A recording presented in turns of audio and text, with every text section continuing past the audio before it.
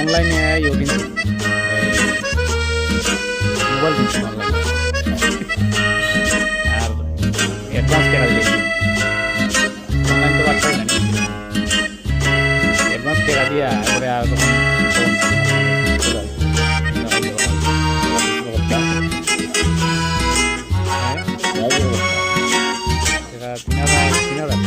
মানে পূজার দিন এই 200 নয় এরপরে যে মানে 2000 এরপরে যে 1000 মাল লাগে মাল এটা বললে মাল না ফসাই বলতে হল না কেনা